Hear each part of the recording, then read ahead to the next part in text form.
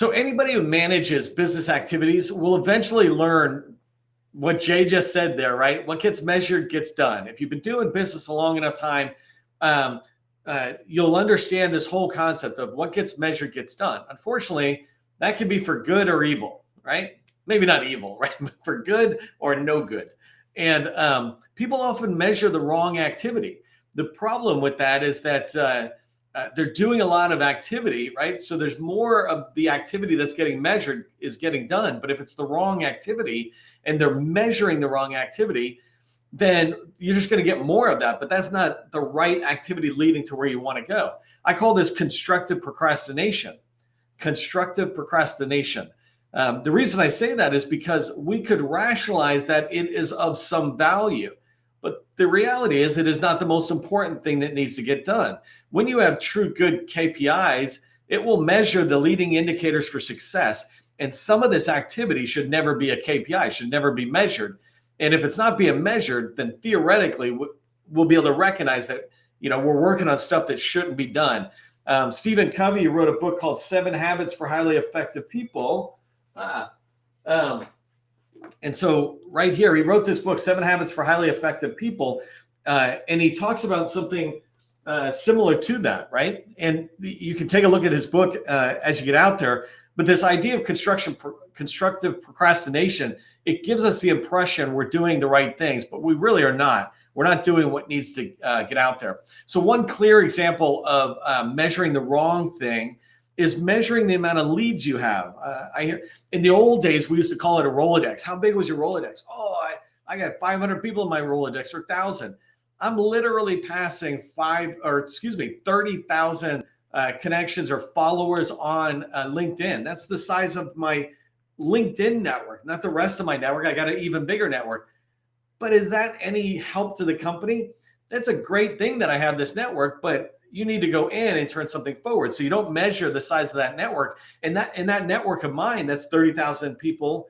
I appreciate that we're connected, we're following each other, right? But those are just leads, and those leads don't get you a sale. Leads are at the beginning, but you don't really need to measure that. And today, I want to share with you the things that we do want to measure, right? These top key performance indicators that are out there. So let's go ahead and dive in talking about that. If you don't know who I am, actually, it's funny, I'm so used to saying who I am. But before that, I'm just letting you know that today's talk on KPIs, I'm going to cover it down on 2 different ways of looking at it. One is the 7-step process that I teach for federal revenue success. And so a very streamlined process that will lead to success for government contractors. And then the other thing is, for the bulk of the training today, I want to go down and talk about the KPIs, the key performance indicators that I think you should be measuring. It's certainly what I measure with me and my team when we're helping our customers out there. So if you don't know who I am, my name is Neil McDonnell. I am the president of the GovCon Chamber of Commerce, and I want to welcome you to my federal sales training, where I provide tips for success and opportunities for networking to others in the government contracting space. I'm hoping you do that. I'm hoping you introduce yourself. If you're on LinkedIn, come over to LinkedIn. It's the only place where you can network, right? YouTube's cool and Facebook or something, but LinkedIn is the professional network for government contractors. I spent 20 years in the federal business as a small business contractor. And since 2018, I've been teaching people like you that government contracting is not a secret, it's just a process.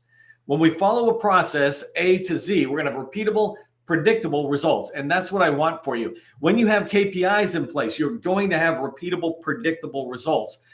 You can either predict that they're going to be bad results or predict that they'll be good results, but the KPIs are the ones that'll help you make sure that you have that. I just wanted to thank everybody who's subscribed to our newsletter. I hope you do subscribe to our newsletter. If you haven't, it's the Government Contracting Success Newsletter. But yesterday we just passed 16,000 subscribers. It's the largest GovCon newsletter on LinkedIn, and it grows constantly, about 1,000 new people a month. This is a really good thing because it's building that community of government contractors. It's bringing industry into a social media way of networking. So we expand beyond just our in-person events or something. And then also, please register for training. I want to thank the almost 100 people who registered for today's training. I've got a whole bunch of training coming out next week that I'll drop in the next day or two. So when you see it, which will come out on the newsletter, right? When you see it, go ahead and register for training. Let us know you're coming. This is a simple way that you can just say thank you to me and my team for putting on this training out there. And then the last thing is just make sure that in the chat, go ahead and put your core competency, 2 or 3 words that let other people know what you do, right? Name of the company and core competency. When you do that, you're expanding your network. And if all you did was meet 1 or 2 people a day when you come into these trainings, I do almost 300 trainings a year. That's 600 people, right? That you can be meeting throughout the year without having to go anywhere but right here to our training. So it starts with you just saying hello to people. Oh, one last thing I just want to talk about is we're getting ready to launch GovCon in a Box. It's really exciting news for us. And this is a web-based solution that's going to help small businesses under 10 million get to 10 million. We're going to solve the 3 biggest problems that small business government contractors have: getting in the door to meet federal buyers, finding teammates who want to work with you, and then identifying, pursuing, and responding to opportunities that your company can win. So if you're interested in learning more about that when we release it, go get on the wait list, www.govconinAbox.com. And if you're already on the wait list, you're feeling generous, put that into the chat, govconinAbox.com, so others can see it later. So I wanted to start off the talk around KPIs around the process, because KPIs kind of basically are measuring the activity or the process you're doing. And so I put together a while ago this 7-step process, I think a couple of years at least, 2-3 years at least. I put this together because there's processes out there that are in the GovCon world, the government contracting world, but they're super complicated, right? They're built for large businesses, right? They were done literally for businesses that have these huge teams. You can tell a process is much bigger than what a small business can use when they describe things like color teams, right? If you don't know what a blue team is or a green team, right? If you don't know what those are, then this is for you. This is the right place, because we small businesses don't really have a team. We have like the 5 of us at most. Sometimes it's just 1 of us who are doing all the activities. And so I try to put together a process that was as straightforward as small businesses are, at least up until that $20 to $30 million range. We're still a very tight team. We're not up there with dedicated graphics people and multiple teams that would read a proposal at different stages. It's basically the same person who's reading draft 1, draft 2, draft 3. So this 7-step process lays out what I say needs to be done if you want to have success in a particular agency. Say you're trying to get into the Environmental Protection Agency or Department of Homeland Security, which has multiple components / agencies in there. Then the path to get there is to begin with research. You start with research here on the left, and this first process step is about beginning to get in and understanding that agency, beginning to learn about their mission, understanding their goals and challenges. All this information is publicly available. And so as you learn about that organization, that agency, you're able to then also understand their organizational structure and which agencies or offices within that agency are the right ones to pursue. So that research is you showing whoever you're trying to sell to that you care. And people buy from those they know, like, and love. Well, the way you get them to like and love you is by showing them that you care, that you're doing this research.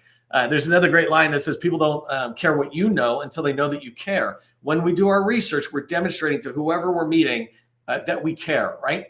So the second step in the process is targeting. And this is where you're putting together a list of, if you're in the beginning stages, you're putting together a list of 100 or 200 people that you want to go out to, that you think if I can get to them, then they're going to help me navigate within DHS, let's say. And so I've got a customer, we were just talking yesterday, and next week we're going to follow up. They're trying to get into a new agency, and we will build this targeting list with them. They will build it. We'll guide them along with it. But this target list will have names, numbers, and emails. When you have that, it's beginning to allow you to go into outreach. And outreach is this whole idea of picking up the phone and getting a meeting, that first meeting, right? You want to talk to a teammate. You want to talk to a agency buyer, et cetera. This is outreach. This is not just the first call. It's actually the first few calls until you start moving forward.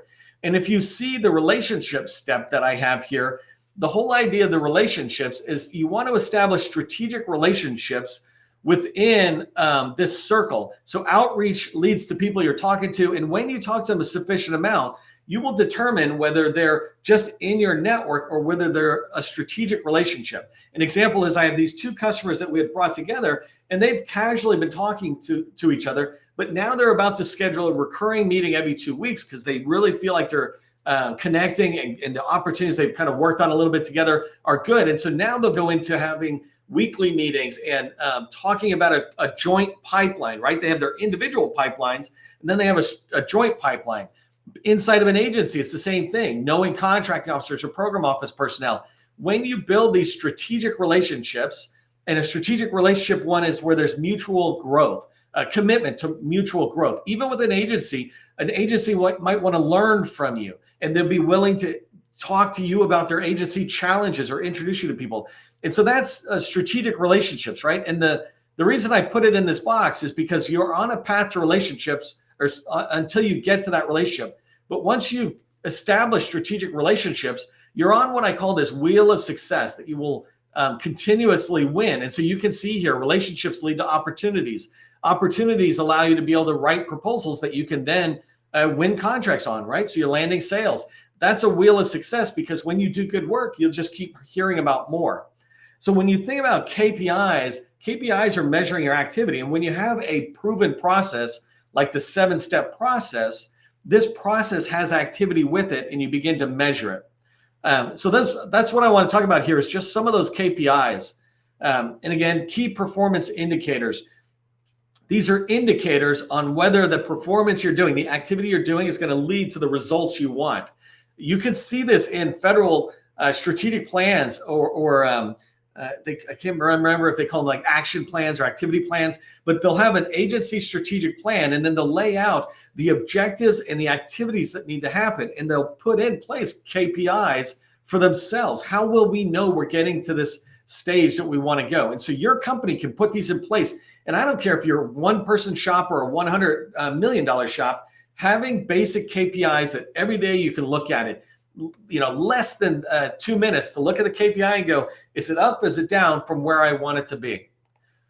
So let's start with the most obvious one, right? In any business, the only real KPI that matters is, do we have the revenue we want? Most importantly, do we have the revenue we expected to have at this point? And so you need to have a determination around that. I'm already working with people determining how much revenue do you want for 2025. The reason that is important to determine that out year number is because 2024 activity sales is going to lead to that 2025 revenue. Hopefully that makes sense. So you can look at the current revenue, right, and say, are we on track? If I set a revenue goal next year and say, hey, I want to be doing $6 million, and hopefully I picked the right one, $6 million at the end of the year, like that revenue. Well, theoretically, then I should be making $500,000 in January and $1 million in January and February, right? And $500,000 every month will lead to that $6 million I want. And so when you think about the revenue, you put it in place, but you can measure it on an annual scale, you can measure it on a quarterly schedule, and you can measure it all the way down to a monthly scale. Revenue, you don't need to go down lower than that, but have that revenue goal in place because it drives everything else. The next one is sales. So you want to have your KPIs around sales. If I want $6 million in 2025 in revenue, and let's call that net new revenue, which means I didn't have it this year, but I do have it next year. I'm billing it out. Then because I'm a professional services and IT company, then my typical contracts are 5 years. That means if my goal next year is $6 million in revenue, then my goal this year is in sales, 30 million, because 5-year period of performance times $6 million for 2025 is $30 million. And so I have this sales goal that's out there, and that is a KPI for me in a loose way, right? There's activity, but then I can look in here and every single day I can be saying, how much are we doing? I have a customer that literally wants to grow by $6 million net next year. So we are measuring not even the whole calendar year of 2024. We're measuring the sales activity between now and the end of the fiscal year, right? We know that our goal is to get that $30 million in sales by the end of September. that is the most likely scenario to guarantee that they'll be hitting that 6 million net new revenue next year.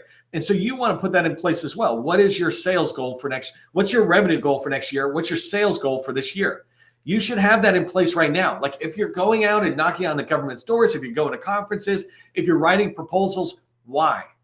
Why are you doing that? What are you trying to achieve? How will you measure whether you do success, right? Is it, if you have a 10% win rate, do you need to do 10 times as much?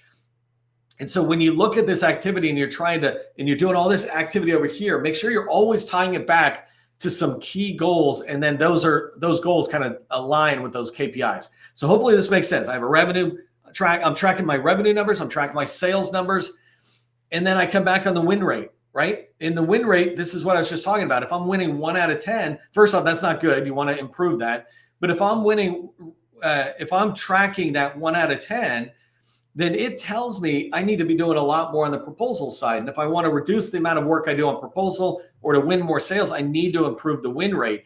But if I don't track the win rate, then again, I'm kind of just winging it. I'm not really operating with any level of organizational maturity. KPIs help you begin to put in that maturity. If you're familiar with ISO and CMMI, things like that, these are these organizational maturity type certifications out there. They measure your maturity at different levels and or for different activity. And your win rate is something you want to be measuring on a regular basis. How many proposals are we sending out and winning? How many are we losing? That number you always need to know. And that's what I meant by you could look at all of these KPIs I'm going to give you, and in 2 or 3 minutes, just know where you're at. When you establish a KPI like the win rate, you sit there and say, I want to be winning at least 1 out of every 5 opportunities. If you're below that, then your KPI is flagging to you that we're not doing as good as we need to be doing. Let's work on that. But if you're winning 1 out of 4, then you're kind of in the green is what we call it. Then you're doing fine. And you look somewhere else to go, where else do I need to put my attention? Because right now, win rate is doing pretty good. But unless you have that KPI, that indicator of what's a good win rate in place and then measure it, you won't know that. So that's revenue, sales, win rate. And so let's talk about proposals, right? If you think about you want to win this much money in sales, right? So $30 million, I just said for one of my customers, that's their sales goal for the rest of the fiscal year. Then we back up to the number of proposals. Right now, they're about a 1 out of 4 win rate. So 25% win rate. That means every 4 proposals, they win 1. And so when you think about the proposals, this is a KPI we want to be tracking. We need to get out the door a sufficient amount of proposals. And I'm going to try to say this really fast without having the numbers down. But if I have a $6 million revenue goal next year, what I say is that no proposal, no matter how big it is, can count for more than the entire amount next year, $6 million. And so that means I need to submit at least 5 proposals out there to be able to try to drive towards that direction. For most of us, that's not the case. We're in that 1 to 4 million, 1 to 3 million range. So you have to determine how many proposals do we need to get out. I have a whole separate training on proposals where I say you should be writing 4 proposals every single month. And I do not mean use AI tools or use people and just funnel out and push out proposals constantly and try to send out 10 or 20 and hope you win 1. Why don't you just go to buy a lottery ticket, right? That's not working with your customer and really driving it forward. What I mean is sending out proposals that are totally aligned to your core competency, what you're good at. When you send out 4, 3, or 4, you should be winning 1 every 3, 1 out of every 4. Anything more than 25%, I would be looking at the quality of my proposal or the experience we have, and are we writing beyond? But that's a KPI I need in place. 4 proposals going out the door a month. Literally right now, I'm working with a customer where there's 3 in a 7-day period that are going out. 2 of them are sub, 1 is prime, right? It's perfect. It's the 2 that are subcontracting means it's not as much lift for us. And the one that's a prime is the one we're putting the heavy effort on. So often you'll find if you're trying to do 4 proposals out a month, 1 of them might be a prime and 3 of them you could be on different teams. When you do that, the numbers are easy. But so anyways, having that KPI for a proposal really just means how many proposals do we need to be sending out? And going with proposals are sources sought, right? Sources sought, especially if you're an 8A small business, sources sought are the chance to push it right to direct award. if you're anybody else, like I was engaging in a dialogue yesterday around women-owned small businesses and how limited the amount of set-asides they've had. Women-owned small businesses, if they want to have more set-asides, need to respond to more sources sought. And then you also have to get more people to kind of come with you as well, like 10 or 20 competitors to get them to write in. That will give the government confidence. But my point is, you need to be writing it out, because when you write a sufficient amount of sources sought, first, it opens the door to that agency. It gives you a chance to get in and visible where otherwise you might not have been able to. But also, sources sought lead directly to you having a stronger position on the proposal, having a higher win rate, et cetera. And so sources sought, you want to put an amount down there. I actually was just telling one of my customers, because they are very good at what they do, that we should get to 2 a week.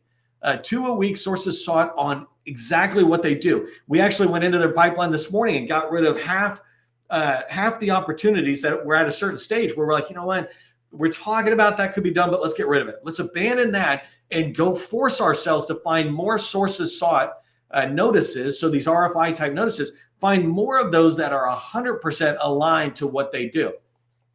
You want to do that same thing. So you want to be getting out sources sought and proposals. By the way, if you're brand new in government contracting, you can do these same things. Your numbers will just be different. So an example is, let's say that somebody in our community, I know that they're an expert in artificial intelligence and they want to be building up an artificial intelligence business with the government. Just go to as many people. Remember, I talk about targeting. Go to as many companies as you can and say, can I get on your team as an AI expert? Are you going to have to work where there's an AI play in here? Maybe I get 10%, maybe I get 20%. If you're brand new, don't waste your time trying to write a response all by yourself. Try to get on a team where you're writing 1 page out of 5 pages, right? If you do that when you're just getting started, you can handle the same activity. You just won't be the leader of that activity, but money is money, right? Okay, so the next one you want to be measuring are the opportunities. So as you come back around through that pipeline, we talked about proposals. Understand what I'm doing is kind of reverse engineering that 7-step process. Here in the opportunities, you want to make sure you have a good pipeline. So in here, our KPIs are around the pipeline quantity. How many opportunities do I have in the pipeline?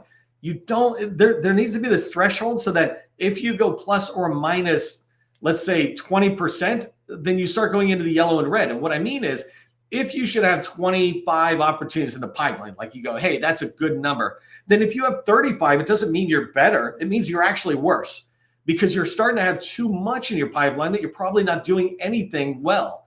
You want to have less opportunities in your pipeline, make sure they are slam dunk, and make sure you're moving them forward. And so total contract value, TCV, is the other one. So in your pipeline, you want to measure the number of opportunities. In your pipeline, you want to measure the total contract value. If I come back to my example with my customer, $6 million revenue goal, $30 million sales goal, 4 times the sales goal puts us at 120 proposal value, right? If you're following the math, 4 times the sales goal of 30 million is 120. And then you back that up at least double, if not, for me, I like going 4 times as much so that I'm moving forward. But if I have a 120 sales goal, then basically I'm looking at about $500 million in total contract value in my pipeline. Will guarantee I'm going to get that 6 million that I want. And so you got to make sure these are the opportunities you can win, and then you make sure you have enough of them. The other ones I had in here is points of contact and other movement, but I want to come down to abandon rate. In opportunities, this is a good KPI to measure, because if you're abandoning, and what this means is if an opportunity comes into your pipeline, even if your pipeline is just a spreadsheet, if it comes in, but you don't write a proposal to it, then you abandon it. Whether you officially do it, like I just did this morning with a handful of them, or you just never get there and you're like, oh yeah, we never went after that. That abandon rate needs to come down, down, down, because it is reflective of your ability to see an opportunity and see it as a fit for your company. So, with my customers, their abandon rate is really low, because we're able to quickly look at something and go, that's a good thing. And then we're able to quickly qualify it. And then the last one is new opportunities added. You need to be adding opportunities every month, right? You need to keep your pipeline fresh. And when you add opportunities, you can either look at near term if you have to have them. Otherwise, you just kind of look a little farther out. With some of my customers, I'm looking solidly into 2026 and how we're going after sales. for 27's revenue. That's not that far away. It's only 2 years. If you're just starting, you don't have to look that far, right? But it's not that hard for a company that's doing, let's say, 5+ million to really think out several years. Strategic relationships, another one I want you to think about. These are those people I said that when you have strategic relationships, you're going to be able to hear about opportunities. You're going to be able to get on opportunities as part of a team. And you're going to be able to get in the door and start learning more. And so you want to measure those. A KPI might be 8 strategic relationships. If we have less, we're in the yellow or red. We're not doing as well as we should be. If you have more, in this case, it actually is kind of okay up to a certain point. Again, you set your maximum number because strategic relationships take a lot of effort. So you don't want to have too many. But 8 is a good baseline strategic relationships. And the last one is outreach. You want to measure, are we doing daily calls? 5 new calls to new people every single day. Literally, it could take you 15 minutes, but you're digging your well before you're thirsty. You don't need to talk to people, but you're reaching out. You're establishing new relationships. You're constantly keeping that activity moving. And the other is, how many meetings are we having each week? You should have 4 to 5 meetings every single week with different people, not these, any person you're working with, you shouldn't really talk to them every single day, except for like 15 minutes. If you're talking for hours every day, then you gotta watch that. But going to talk to having new meetings, that's a really important thing. It's kind of the idea of daily calls leads to the meetings. And so remember, here's the 7-step process, right? I researched into an agency I want to do. I figured out who do I want to call in those meetings I'm trying to have. The outreach is having those meetings and doing those daily calls. Those will lead to the 8 strategic relationships I'm talking about, and a pipeline that is sufficient quantity and total contract value that's in there. So I can write 4 proposals a month, let's say, and bring in the $30 million in sales that I need. Hopefully this made sense on the KPIs. Here's something I just want you to remember. I know it's a lot of information, the replay is available, but as you think about KPIs, just establish some KPIs, even 3 or 4 at the moment if you don't have any. Establish them, get your colleagues to buy into it. Say, oh yeah, I believe in 1 proposal a month or 4 proposals a month. Get the buy-in and then start measuring it. The measurement is where your success is going to happen, because you'll start getting data that allows you to go, oh, we should do this, or we should do this, right? If you found value, throw thanks into the chat. We always appreciate that. I have a team that sits there and helps make these things happen for you every single day. As you move into the weekend, remember, government contracting, it is not a secret. It's just a process. I will see you in the next training.